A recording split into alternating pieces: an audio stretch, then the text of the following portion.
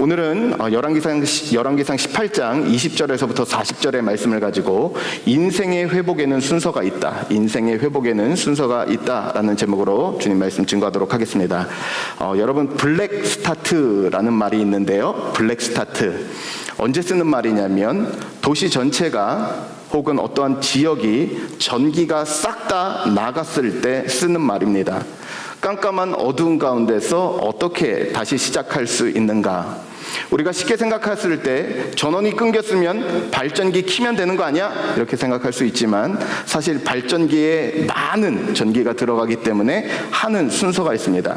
가장 먼저 해야 되는 것이 있는데 바로 작은 발전기부터 스스로 돌아갈 수 있는 작은 발전기를 켜고 그 다음 발전기를 켜고 그 다음 발전기를 켜는 것이에요. 그래서 도시 하나를 복구할 때도 하나 큰 버튼으로 복구가 되는 게 아니라 작은 것부터 켜서 그 순서대로 일어나게 된다는 것입니다. 도시의 회복도, 도시의 전기가 회복되는 것도 그 절차와 순서가 있게 된다는 사실입니다. 오늘 우리가 읽었던 바로 이스라엘의 상황이 그런 상황이었는데요, 완전히 영적으로 모두가 다 정전된 상황이었습니다. 사회적으로는 3년 6개월 동안 가뭄이 들어서 먹을 것이 없었고, 정치적으로 가장 악한 왕 아합이 통치하는 가운데서 완전히 빛을 잃어버린 것 같은 시기였습니다. 사실 우리가 생각할 때 그런 땅에 회복이 있게 되는 것은 굉장히 간단합니다. 3년 6개월 동안 가뭄이 있었기 때문에 뭐만 내리면 됩니까? 비만 내리면 돼요. 그런데 하나님께서 그렇게 하시지 않고 하나님께서는 이스라엘 백성을 모으십니다. 그리고 제단을 쌓게 하십니다. 그리고 다시 하나님의 이름을 부르게 하세요. 그 회복의 시작이 어디에 있었는가? 바로 예배가, 제단이 회복되는 곳에서부터 있게 되었다는 사실입니다. 우리 삶의 회복도 역시 마찬가지입니다. 어떠한 부분이 우리가 생각할 때 회복이라는 것이 내가 잃어버린 것을 되찾고, 잃어버린 건강을, 잃어버린 물질을, 잃어버린 사회적 지위를 되찾는 것이 우리는 회복이라고 생각하지만 아닙니다.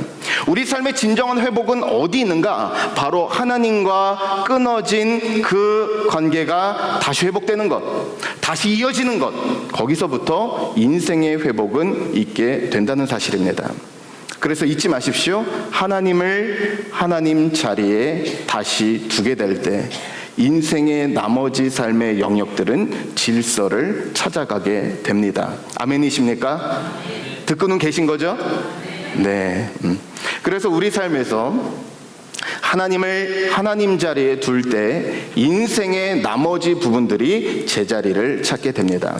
오늘 이 예배를 통해서 특별히 무더운 여름을 지나가는 가운데서 내 인생에 회복돼야 되는 영역들마다 다시 한번 하나님을 하나님 되게 하는, 하나님의 자리를 다시 우선적으로 확보하여 내 삶에 무너진 영역들 가운데 일으킴 바 되는 은혜가 있을 수 있기를 간절히 축복합니다.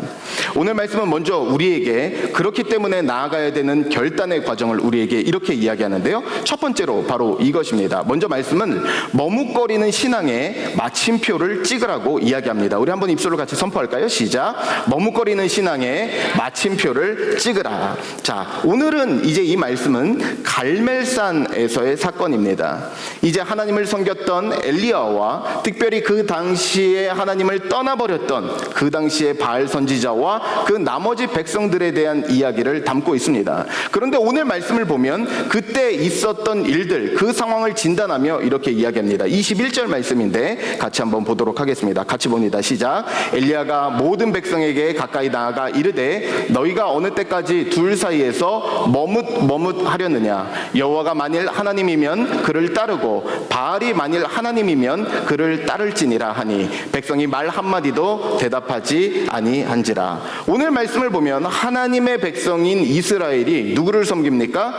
바알을 섬깁니다. 바알은 어떤 신이었냐면 가나안의 신이었는데 특별히 우레와 폭풍과 비를 주관하는 신이었습니다.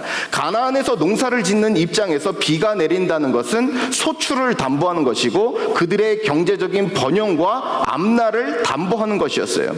그렇기 때문에 이스라엘 백성들은 어떤 일이 일어났냐면 하나님을 믿으면서도 누구를 섬겼어요? 바알을 섬기는 일이 일어나게 되었습니다. 베델에 하나님의 제단이 있었는데 그 베델도 가고 뿐만 아니라 바알의 산당도 가는 일들이 일어나게 되었다는 사실입니다. 그런데 오늘 말씀을 보면 그들의 신앙을 한 단어로 이렇게 설명하는데요. 머뭇거린다 이렇게 나와 있어요. 오늘 말씀을 보면 이스라엘 백성들이 어떤 자세를 가졌다고요? 너희가 그 가운데서 언제까지 머뭇거리겠느냐 이렇게 얘기하고 있어요. 그런데 여기서 머뭇거리다라는 말은 우리가 어느 쪽으로 갈지 몰지 갈팡질팡한다는 의미가 아니라 원어적인 의미로는 절뚝거리며 발을 절다라는 의미입니다. 그러니까 당시 이스라엘 백성들이 하나님도 믿고 바알도 믿는 가운데서 쩔뚝쩔뚝 거리면서 제대로 서지 못하고 있었다는 것입니다. 그런데 중요한 것은 이 단어가 똑같은 단어가 어디에 쓰이게 되냐면 그 이후에 바알의 선지자들이 함께 뛰놀며 바알 신을 섬길 때 그들이 뛰놀더라 라는 단어와 어근이 같아요. 그러니까 하나님도 섬기고 바알도 섬기던 그들이 누구와 닮았다는 거예요? 바알 선지자와 같았다라는 말을 하고 있는 것입니다. 그들이 하나님도 믿고 바알도 믿었어요. 그런데 여러분, 진정한 신앙이 무엇입니까? 하나님도 믿는 것이 아니라 하나님만 믿는 것입니다. 하나님께서 여러 대안이 되시는 것이 아니라 그 대안 중에 유일한 대안이 되시는 것, 그것이 믿음인 줄로 믿습니다. 그런데 오늘날 이 시대에, 우리가 살아가는 이 시대에도 우리 역시 바알을 섬기고 살아갈 때가 있습니다. 무슨 바알입니까? 특별히 이 시대의 가장 강력한 바알, 물질과 성공입니다. 우리는 하나님께서 주시는 내일을 하나님께 기대지 않고 물질과 돈이 책임진다고 생각하고 믿습니다. 뿐만 아니라 내 인생의 가치, 나다움이 어디 있는가? 내가 이룬 일에 있어요. 내가 성공했다면 나는 괜찮은 사람입니다. 내가 돈을 많이 번다면 내 가치는 꽤 충분한 사람입니다. 그러나 그렇지 못하면 난 별 볼 일 없는 사람입니다. 하나님을 믿지만 여전히 돈과 성공을 예배하는 시대 가운데 우리가 살고 있다는 뜻이에요. 얼마 전 일이었는데요. 목회자들의 모임이 있었습니다. 목사님들 모임이 있었는데 목사님들끼리 모여서 중요한 또 회의를 하고 결정을 하는 중요한 모임이었습니다. 사실 저는 그런 모임에 가면 별로 얘기를 안 합니다. 그냥 들어요. 뭐 우리 교회에 대해서 뭐가 어떻다 이런 얘기 안 하고 그냥 듣고만 옵니다. 뭐 나이도 어리고 그러니까. 갔는데 이제 어떤 목사님이 굉장히 막 흥분해서 이야기를 하시는 거예요. 그 목사님은 이 주변에 정말 어려운 교회에 부임하신 그런 목사님이었습니다. 그러면서 하는 얘기가 이제 우리 교회가 털을 잡아가고 이제 새로운 가족들이 오고 이제 헌금도 늘어나고 하나님이 하신 부흥의 역사가 일어나고 있다. 너무 감사하다. 막 기뻐하며 그 이야기를 하는 거예요. 그런데 제가 그 이야기를 듣는데 무슨 생각이 들었냐면, 와, 너무 애쓰셨다, 귀한 헌신이다, 이런 생각이 들어야 되는데 그 말을 딱 듣자마자 제 마음 가운데 본능적으로 떠오르던 생각이 뭐냐면, 겨우 새신자가 그거밖에 안 왔다고? 헌금이 그거밖에 안 늘었다고? 겨우? 제 마음 가운데 들었던 생각이 무엇이냐면, 본능적으로 아니 그것밖에 안 늘었다고? 그 정도밖에 성장을 못했다고? 이 생각이 제 마음 가운데 들더라고요. 제가 그 밤에 얼마나 하나님 앞에서 자책하며 제 마음이 어려웠는지 몰라요. 어떻게 회개했는지 정말 모르겠습니다. 제가 하나님 앞에서 하나님께서 주신 은혜고 하나님께서 주신 축복이며 우리가 나아가는 방향이 있습니다 라고 믿지만 결국 제 발이 머물렀던 곳이 무엇입니까? 세상과 똑같은 성공과 규모와 숫자의 산당 앞에 똑같이 서 있었다는 사실이에요. 우리 역시 마찬가지 아닙니까? 하나님을 믿는다고 이야기하지만 성공과 숫자와 세상의 산당 앞에 똑같이 서 있을 때가 너무 많다는 거예요. 그런데 중요한 것은 무엇이냐면, 이스라엘 백성들이 왜 바알을 섬겼냐는 거예요. 그들이 몰라서가 아니었습니다. 그들을 몰라서가 그랬던 게 아니에요. 성경은 분명히 이야기합니다. 너희가 여호와를 따르라. 무슨 얘기예요? 하나님을 따르지 않을 때 그들은 세상의 가치로 또 다른 바알을 섬기는 그 발자국 가운데 나아가게 되었다는 것이에요. 우리 역시 마찬가지입니다. 우리가 알지 못해서 모르기 때문에 하나님도 섬기고 세상도 섬기고 자녀도 섬기는 게 아니에요. 우리가 그 길로 가는 이유는 하나입니다. 하나님을 온전히 섬기며 따르지 못하기 때문입니다. 그래서 저는 간절히 바랍니다. 우리의 신앙이 머뭇거리며 신앙을 갖는다고 하지만 세상에서는 세상의 가치를 믿고 하나님을 믿는다고 하지만 하나님을 믿으며 여전히 절뚝거리며 그 인생을 세우지 못하는 인생이었다면 오늘 다시 한번 이 예배를 통해서 하나님만 온전히 따를 수 있는 결단이 우리 삶 가운데 있기를 간절히 축원합니다. 그 결단이 있어야 돼요. 그럴 때 절뚝거림은 어디서 끝나느냐? 하나님을 따를 때, 하나님을 온전히 따를 때 그 절뚝거림이 멈추게 됩니다. 오늘 이 예배를 통해서 다시 한번 내가 불식간에 내가 서 있던 그 산당 가운데 가는 것을 멈추고 너희가 언제까지 머뭇하려느냐, 그 말씀을 다시 한번 마음에 새겨서 여호와 하나님도 섬기는 것이 아니라 하나님만을 섬길 수 있는 은혜가 있기를 간절히 축복합니다. 다음으로 말씀은 또한 우리에게 이렇게 이야기합니다. 회복을 향해서 나아가기 위해서 무너진 제단이 회복되면 삶이 회복된다는 거예요. 같이 고백할까요? 시작. 무너진 제단이 회복되면 삶이 회복된다. 이제 갈멜산에 모인 엘리야와 그리고 또한 바알의 선지자들이 모이게 됩니다. 그러면서 엘리야가 이야기합니다. 어떤 신이 참 신이냐, 어떤 신이 살아있느냐라고 이야기하면서 한 가지 제안을 해요. 송아지를 갖고 와서 각을 뜨고 각자의 신의 이름을 부르면서 하늘에서 불이 내려오면 그가 참 하나님이다 라고 이야기를 합니다. 그러면서 바알의 선지자가 먼저는 바알의 이름을 부릅니다. 그러면서 아무런 응답이 없자 그들이 이제는 몸을 상하게 하고 칼과 창으로 찌르며 피 흘리기까지 했지만 어떤 일도 일어나지 않아요. 여러분, 이게 우상의 특징입니다. 우상은 들을 귀가 없고 도울 힘이 없습니다. 그게 우상의 특징이에요. 그들은 그런 가운데서도 여전히 찌르며 아프게 하고 있었어요. 그런데 그 가운데서 그 모든 무의미한 일들과 예식이 끝나자 오늘 말씀 보면 엘리야가 이렇게 선언합니다. 30절 말씀인데요, 그가 가장 먼저 했던 거예요. 같이 한번 읽어봅니다. 시작.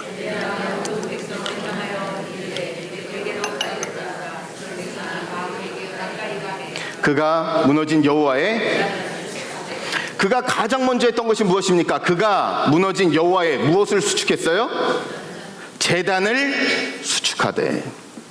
이게 문제였습니다. 3년 6개월 동안 비가 내리지 않은 가뭄이 문제가 아니라 진짜 문제는 그들의 영혼이 가물었고 그들의 예배가 무너졌다는 거예요. 인생에 있어서 가장 큰 문제는 뭐냐? 예배가 무너지는 것입니다. 여러분, 잊지 마십시오. 하나님께서 사람을 예배하는 존재로 지으셨습니다. 그래서 우리는 하나님을 예배하지 않으면 세상을 예배하고, 하나님을 예배하지 않으면 자녀를 예배하고, 하나님을 예배하지 않으면 돈을 예배하고, 하나님을 예배하지 않으면 성공을 예배하며 살아갑니다. 우리는 예배적 존재예요. 그래서 예배가 무너지게 되면 그 인생의 중심축이 무너집니다. 그 인생 방향 전체가 틀어지게 돼요.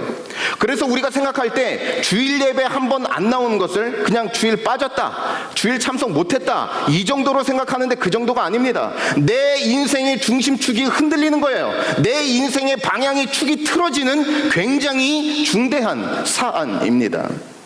우리 성도님들이 교회를 오래 다니고 신앙생활을 하는데 잘 기억을 못 하시는 게 있습니다. 세례 받을 때 교회 오래 다니면 교육을 받았는데 다 잊어버리는 게 있어요. 뭐냐? 우리는 주일날 교회에 모여서 뭐합니까? 예배 드립니다. 그런데 이 예배에 대한 성도님들의 이해와 인식이 얕을 때가 많아요.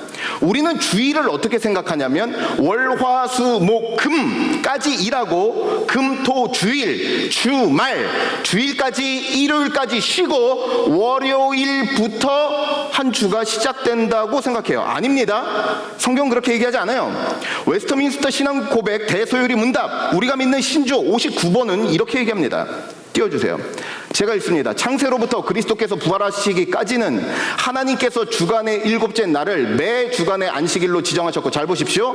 그 후로부터 세상 끝날에 이를 때까지는 주간의 첫째 날을 지정하셨으니 곧 그리스도인의 안식일입니다. 뭔 말이에요? 주일이 한 주의 시작입니다. 주일이 한 주의 시작이에요. 예수님께서 죽으셨다가 부활하신 그 안식 후 첫날 주일이 한 주의 첫 시작이라는 거예요. 그러니까 한 주를 예배로 시작하지 못하면 그 한 주간을 감당을 못해요. 한 주간 예배가 무너지면 그 한 주간도 무너지는 겁니다. 그렇기 때문에 우리에게 가장 필요한 것이 있다면 뭐부터 세우는 거예요? 예배부터 세워나가는 거예요. 예배가 무너지면 삶이 무너지게 된다는 사실입니다. 그렇다면 어떻게 예배를 세워야 되는가? 오늘 말씀을 보면 다시 한번 오늘 말씀 구절을 다시 한번 읽어봤으면 좋겠는데요. 다시 한번 오늘 말씀 구절 한번 띄워주시기 바랍니다. 본문 말씀 띄워주시겠어요? 30절 말씀입니다. 본문 30절 같이 봅니다. 시작. 엘리야가 모든 백성을 향하여 이르되 내게로 가까이 오라. 백성이 다 그에게 가까이 가매 그가 무너진, 잘 보십시오. 여호와의 제단을 수축했어요. 무너진 여호와의 제단, 이미 있었던 제단, 그곳을 수축했다고요. 어디서 회복이 임하는가? 이미 있었던 예배의 자리에 은혜와 회복이 임하는 것입니다. 새로운 프로그램이, 새로운 훈련이 삶을 일으키는 게 아니에요. 원래 그 자리에 있었던, 무너져 있던, 은혜가 머물렀던 그 제단에 다시 하나님의 은혜와 회복이 흐르게 된다는 사실입니다. 최근에 새벽 기도에 열심히 나오는 한 성도님이 계십니다. 이 성도님이 왜 새벽 예배를 나오게 됐느냐? 자신을 위해 정말 간절하게 기도해 주셨던 부모님이 계세요. 그런데 그 부모님이 최근에 상황이 많이 좋지 않아졌습니다. 그러면서 고민을 한 거예요. 내가 할 수 있는 것이 무엇이 있지? 내가 무엇을 할 수 있지? 고민해 보니까 자신의 삶을 위해서 자신의 부모님이 새벽 제단 쌓았던 게 생각이 났어요. 그래서 그분이 똑같이 다시 새벽의 자리를 지켰습니다. 그 어머님과 그 아버님이 머물렀던 그 은혜의 자리가 이제 그분이 머물러서 기도하는 은혜가 머무는 자리로, 그 삶을 지탱하는 자리로 다시 쓰임받게 되었다는 사실입니다. 우리 삶의 원리도 동일해요. 새로운 재단을 쌓고 새로운 어떤 것이 필요한 게 아니라 은혜가 머물렀던 주님의 도우심이 임했던 그 예배의 자리를 다시 수축하고 다시 쌓는 가운데 거기서부터 예배가 일어나고 거기서부터 하나님의 회복이 있게 된다는 사실입니다. 그래서 잊지 마십시오. 예배에는요, 한번 따라할까요? 예배에는 하나님의 언약이 흐른다. 하나님의 언약이 흘러요. 그래서 우리가 말씀을 읽지 않았지만 엘리야가 돌을 갖고 오는데 12돌을 가져옵니다. 사실 오늘 말씀을 보면 이 엘리야가 활동했던 그 나라는 북이스라엘 10지파이기 때문에 돌을 10개만 쌓아도 될 것 같아요. 그런데 12지파 돌을 다 가지고 옵니다. 왜요? 언약의 하나님께서 잊지 않으셨기 때문에 그래요. 우리가 예배의 자리에 나아갈 때마다 언약의 하나님이 우리를 잊지 않으십니다. 언약의 하나님께서 신실하신 그 약속을 지키는 시간이 바로 예배의 시간인 줄로 믿습니다. 특별히 여름 시기 가운데서, 여름 이 시즌을 보내면서 내가 바쁨과 분주함과 내 삶의 일상의 쉼을 전제로 예배가 무너지는 일이 없기를 간절히 바랍니다. 그래서 인생의 회복은 예배부터, 예배가 회복되면 나머지 삶의 영역들은 차근차근 다 일어나게 되어 있습니다. 다시 한번 이 7월과 8월 이 기간들을 지나는 가운데 모든 부천 열방교회 성도님들의 예배의 제단이 더욱더 든든히 세워져 갈 수 있는 은혜가 있기를 주님의 이름으로 간절히 축원합니다. 오늘 말씀은 마지막으로 이렇게 이야기합니다. 우리가 하나님 앞에 회복을 구하기 위해 한 가지를 더 구해야 되는데 바로 응답을 넘어 마음의 돌이킴을 구하라는 겁니다. 같이 고백할까요? 응답을 넘어 마음의 돌이킴을 구하라. 자, 이제 바알 선지자의 간절한 외침에도 불이 내려왔습니까? 안 내려왔습니까? 안 내려왔어요. 그러자 이제 엘리야가 드디어 일어섭니다. 그러면서 이야기합니다. 송아지의 각을 뜨고 가져와라. 그러면서 그것을 제단 위에 넣고 물을 붓기 시작합니다. 지금 기근의 때, 가뭄의 때 마실 물이 없는데 거기다 물을 부었어요. 거기다 물을 부은 이유는 무엇입니까? 만약 불이 내려온다면, 만약 불이 내려와서 이 재물을 태운다면 그것은 자연 발생적으로 된 것이 아니라 누가 하신 일이에요? 오직 하나님이 하신 일입니다. 그런데 놀라운 것은 그 절박한 현장 가운데 오늘 말씀을 보면 엘리야가 기도하는데 엘리야의 기도가 우리가 예상했던 기도와 전혀 달랐다는 것입니다. 오늘 말씀 36절 말씀인데요. 같이 보겠습니다. 시작. 저녁 소재 드릴 때에 이르러 선지자 엘리야가 나아가서 말하되 아브라함과 이삭과 이스라엘의 하나님 여호와 주께서 이스라엘 중에서 하나님이신 것과 내가 주의 종인 것과 내 주의 말씀대로 이 모든 일을 행하는 것을 오늘 잘 보십시오. 성도님들이 그 상황이라면 뭘 기도하겠습니까? 뭘 기도하시겠어요? 불 내려주세요. 이거 기도하겠죠. 불을 내려주소서, 불을 주소서, 불 기도할 것 같은데 불에 대한 기도가 1도 없어요. 불 얘기합니까? 안 해요. 대신에 한 가지를 기도합니다. 하나님께서 하나님이신 것을, 내가 주의 종인 것을, 말씀대로 이루어진 것을 알게 하옵소서. 불 내리는 것은 수단이에요. 목적은 무엇이에요? 하나님을 아는 것. 하나님을 더 깊이 아는 것. 그것이 목적이라는 사실입니다. 우리 역시 마찬가지입니다. 우리도 하나님께 구해야 될 것이 있다면 이 목적이에요. 주님, 이 일들 가운데서 주님을 더 알게 하여 주옵소서. 정말 안타까운 게 있습니다. 성도님들이 환경적, 여건적, 육신적 어려움을 겪으면 열심히 기도해요. 주님, 이 병을 고쳐주십시오. 주님, 이 경제적인 어려움을 극복하게 하여 주옵소서. 주님, 내 자녀의 앞날을 열어주십시오. 근데 뒤돌아보면 어떤 일이 벌어지느냐. 경제적인 어려움은 벗어났는데 돈을 더 사랑해요. 자녀는 잘 됐는데 그 자녀가 성공의 도구일 뿐이에요. 그 일들을 통해서 하나님을 더 알게 되는 것이 아니라 무엇만 남았습니까? 한 수단만 남고 목적은 다 잃어버리게 되었다고요. 그래서 잊지 마십시오. 우리가 마주하는 모든 일들의 목적은 무엇이냐? 한번 따라할까요? 하나님을 더 깊이 아는 것. 하나님을 더 깊이 아는 것이에요. 우리가 주님 앞에 기도하는데 어떠한 일도 일어나지 않는 것 같아요. 그때 우리는 더 깊은 하나님을 만납니다. 앞서 걸으시는 하나님. 내가 길을 걷고 있는데 내 인생의 길이 열렸어요. 앞길을 예비하신 하나님. 하나님께 간절히 치유를 기도했습니다. 실제로 병이 나았습니다. 고치시는 하나님을 만나요. 그런데 오래 기도했지만 그 병이 치유되지 않는 상황을 마주합니다. 그 상황에서 그 병을 견딜 수 있도록 지탱하는 힘 주시는 하나님을 만나게 됩니다.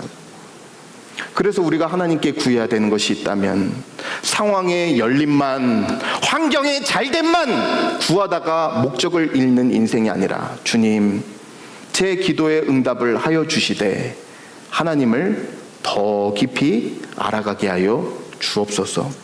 그 기도가 있어야 돼요. 그래서 우리 성도님들이 마주하는 삶의 여건과 상황들마다 내 자녀가, 내 여건이, 내 건강이, 내 처해진 상황이 잘 되는 가운데서 더 중요한 것은 주님 그 가운데서 가장 본질적인 것, 하나님을 더 깊이 알아가게 하여 주옵소서. 그래서 우리 성도님들의 하루하루가 처해 있던 상황과 무관하게 그 상황을 넘어 하나님을 더 깊이 알아갈 수 있는 은혜가 있기를 간절히 바랍니다.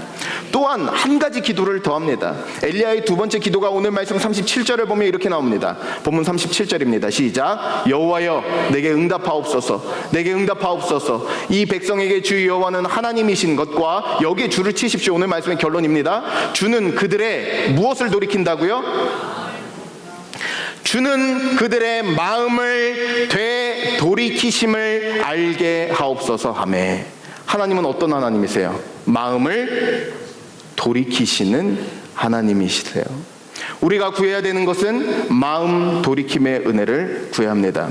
우리는 열왕기상 18장 말씀을 읽을 때마다 가장 성경에서 극적인 장면입니다. 하나님 앞에 기도할 때 하늘에서 뭐가 내려왔어요? 불이 내려왔어요. 그런데 여러분 잊지 마십시오. 성경에서 불 내려온 경우가 이 경우 말고도 여러 경우가 있습니다. 다윗이 제사를 드릴 때 불이 내려왔고 성전 봉헌할 때 불이 내려왔어요. 그러니까 불 내려오는 기적이 본문의 핵심이 아니라는 거예요. 이 본문에 일어난 가장 큰 기적은 무엇이냐? 하늘에서 불이 내려왔고 그 백성들의 마음이 변화되어 여호와 그는 하나님이시로다.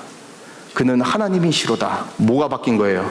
마음이 변화된 것이에요. 우리 인생 역시 마찬가지입니다. 처해진 상황이 변한다고 인생이 바뀌는 거 아닙니다. 처해진 상황과 환경이 때로는 갇혔을지라도 그 마음이 변화되는 것, 그것이 변화와 회복의 가장 중요한 부분이에요. 그래서 오늘 말씀에 불은 내렸지만 그 백성들이 불 내린 거 보고 떠날 수 있었어요. 신약성경 보면 죽었던 나사로가 살아났는데 여전히 살아난 나사로를 보고 안 믿는 사람들이 있었습니다. 무슨 얘기예요? 진정한 축복은, 진정한 변화는 마음의 변화라는 사실입니다. 그런데 이 마음이라는 게 어떻게 변화되느냐? 우리가 결심한다고 나 긍정적으로, 나 안 힘들 거야, 나 이제 행복할 거야 다짐으로 바뀌는 게 아니에요. 마음의 변화는 어떻게 임하는가? 예레미야 31장 말씀을 보면 이렇게 나옵니다. 예레미야 31장 18절 말씀이에요. 같이 한번 읽어볼까요? 에브라임이 스스로 탄식할 때 내가 분명히 들었노니 주께서 나를 징벌하심에 멍에 익숙하지 못한 송아지 같은 내가 징벌을 받았나이다. 잘 보십시오. 주는 나의 하나님 여호와시니 나를 이끌어 돌이키소서. 그리하시면 내가, 마음은요, 내가 결단하는 것 같지만 그 마음은 누가 바꾸시는 거예요? 하나님이 바꾸시는 거예요. 내 주변에 마주한 내 남편의, 내 자녀의, 내 상황에 못 바꿔요. 그러나 주님께서 돌이키시면 마음이 변화됩니다. 그게 궁극적인 은혜요, 궁극적인 회복의 시작이라는 거예요. 그래서 1994년에 아프리카 르완다에서 대학살이 일어났습니다. 거의 80만 명 이상이 죽었는데요. 그 대학살 때 22살의 이마쿨레라는 22살의 여대생이 있었습니다. 그때 대학살이 일어날 때 숨어서 도망치다가 옆집에 있는 목사님 화장실에 숨었어요. 근데 그 화장실에 숨었는데 자기만 있는 게 아니라 다른 여성들도 목사님네 화장실로 같이 숨은 거예요. 날마다 기도했습니다. 주님, 제발 하루만 살려주세요. 제발 한 번만 살려주세요. 그런데 반군들이 오고 와서 그 집을 뒤지는데 밖에서 손잡이 소리가 들려요. 화장실 척척 소리가 들리는데 문은 안 열고 가기를 몇 회를 한 거예요. 마음에서 기도가 주님, 제발 한 번만 살려주세요. 제발 한 번만 살려주세요. 그런데 그때 한 가지 소식을 듣게 됩니다. 자기의 부모와 자기의 식구들이 처형당했다는 거예요. 그때 그녀의 기도와 그녀의 삶이 바뀌기 시작해요. 지금까지는 여기 있는 것이 감사였고 지금까지는 이 자리에 있는 게 하나님의 은혜였는데 마음에 무슨 생각이 듭니까? 나가서 복수할 거야. 나가서 다 죽일 거야. 지금까지는 여기서 살려주신 것이 하나님의 은혜였고 하나님의 축복이었는데 마음 가운데 원망과 불평과 분노가 차올라요. 그러면서 이제는 기도할 거리가 다 떨어져서 기도를 못하는데 주기도문 하는데 자꾸만 한 부분에서 막히는 거예요. 어떤 부분에서 막힙니까? 우리가 우리의 죄를 사여준 것 같이 우리의 죄를, 그 부분에서 자꾸 막히는 겁니다.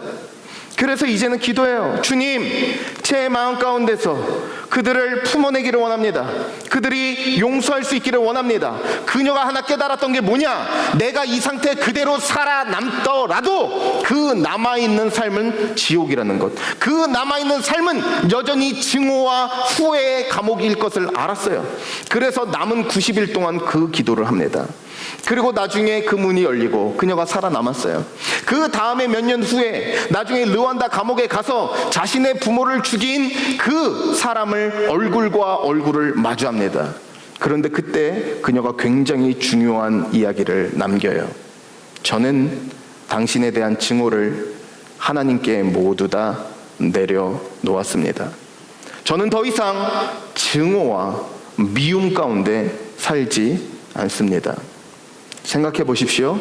그녀가 여전히 마음이 변화되지 않았다면 기도 응답되는 것, 살아남는 가운데서도 여전히 죽지 못해 사는 인생을 살았을 거예요. 아니, 언제 그들에게 복수할까? 그러한 삶을 살았어요. 그런데 하나님의 더 큰 은혜는 그녀의 상황을 바꾼 것보다 더 큰 은혜는 그녀의 마음을 바꿔냈다는 것입니다. 우리 성도님들에게 궁극적으로 처해야 되는, 임해야 되는 은혜가 바로 이것이에요. 환경이 바뀌는 것, 상황이 바뀌는 것 좋습니다. 그러나 더 중요한 것은 내가 처해 있는 그 상황에 내 중심과 내 마음을 하나님께서 오늘도 바꿔주셔야 되는 거예요.